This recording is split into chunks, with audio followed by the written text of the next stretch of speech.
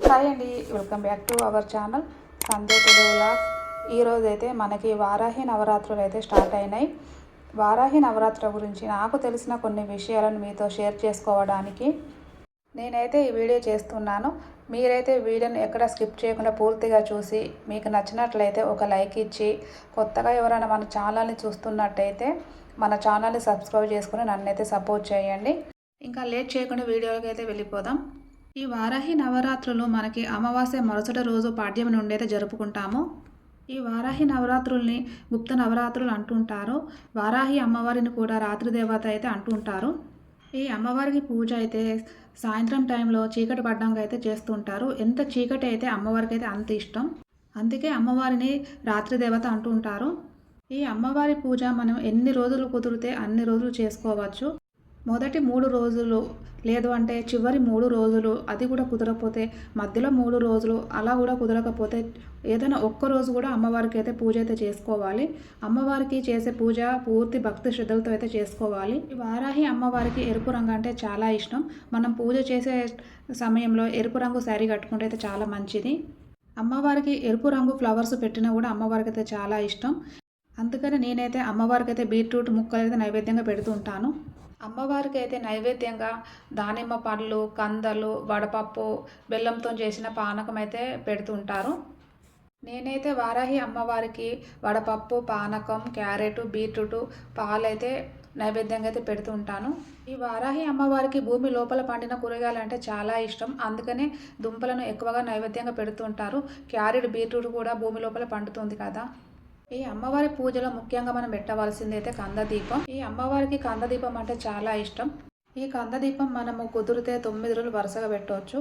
అలా కుదరకపోతే ఒక్క రోజన్నా కందదీపం అయితే పెట్టుకుంటే చాలా మంచిది. పూజ అంతా కంప్లీట్ అయిన తర్వాత ఆ కందాలను మనము కూరలాగైనా వాడుకోవచ్చు. లేదు అంటే ఏదైనా ఆవుకైనా పెట్టుకుంటే చాలా మంచిది.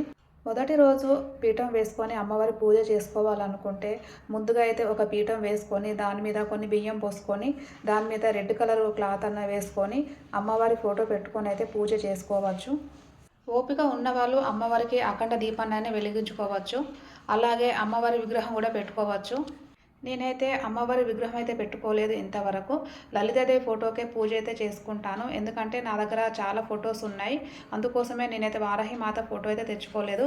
లలితాదేవి ఫోటోకే పూజ చేసుకుంటాను ప్రతి సంవత్సరం నవరాత్రుల టైంలో. అలాగే నేనైతే అఖండ దీపం అయితే ఇంతవరకు అయితే పెట్టుకోలేదు. మార్నింగ్ ఈవినింగ్ అయితే పూజ రూమ్లో అయితే పూజ చేసుకుంటాను. అమ్మవారి విగ్రహం ఉంటే నియమాలు పాటిస్తూ పూజ చేసుకునే ఓపిక ఉన్న వాళ్ళు మాత్రమైతే అమ్మవారి విగ్రహం అయితే పెట్టుకోవచ్చు. తాంబూలం విషయానికి వస్తే అమ్మవారికి రోజు తాంబూలం పెట్టుకోవచ్చు. లేదు అంటే చివరి రోజు అయినా మనము తాంబూలం పెట్టుకోవచ్చు అమ్మవారికి. తాంబూలంలో ఎరుపు రంగు చీర, పువ్వులు, గాజులు, బొట్టు, కాటుక, దువ్వెన, అద్దం ఇలా సంపూర్ణ తాంబూలం అయితే అమ్మవారికి సమర్పిస్తే చాలా మంచిది. నేనైతే ఈ వారాహి అమ్మవారి పూజను చాలా సింపుల్గానే చేసుకుంటాను. ఎన్ని రోజులు కుదిరితే అన్ని రోజులైతే మార్నింగ్ ఈవినింగ్ అయితే అమ్మవారికి అయితే పూజ చేస్తుంటాను. ఈ వారాహి అమ్మవారు భూమికి సంబంధించిన సమస్యలను, కోర్టుకు సంబంధించిన సమస్యలను పరిష్కరిస్తుందని అయితే నమ్ముతుంటారు. వారాహి అమ్మవారి పూజ నాకు తెలిసినంత వరకు అయితే అందరూ సింపుల్గా చేసుకోవచ్చు. ఎందుకంటే ఈవినింగ్ టైంలో కదా అమ్మవారికి చేసే పూజ. మనకి ఎన్ని పనులు ఉన్నాయి ఈవినింగ్ 7 వరకు ఇంటికి వచ్చి అమ్మవారికి పూజ చేసుకుంటే అయితే చాలా మంచిది. నేనైతే ఈ అమ్మవారికి 3 ఇయర్స్ నుంచి అయితే పూజ చేస్తున్నాను. నేను కూడా యూట్యూబ్లో చూసి నేర్చుకున్న పూజనే అమ్మవారికి చేసే పూజ. ఇలా నాలాగా వారాహి అమ్మవారి పూజ చేసే వాళ్ళు ఎంతమంది ఉన్నారో నాకైతే తప్పకుండా కామెంట్ చేయండి. నేనైతే వారాహి అమ్మవారికి పూజ ఈవినింగ్ 7 తర్వాతనే స్టార్ట్ చేస్తుంటాను. మనకి ఓపిక ఉంటే రోజుకొక రకం ప్రసాదం అయితే చేసి పెట్టుకోవచ్చు. లేదు అంటే దుంపలనైనా అమ్మవారికి నైవేద్యంగా అయితే పెట్టుకున్న చాలా మంచిది. ఈ వారాహి అమ్మవారి పూజ చేయడం చాలామంది భయపడుతూ ఉంటారు.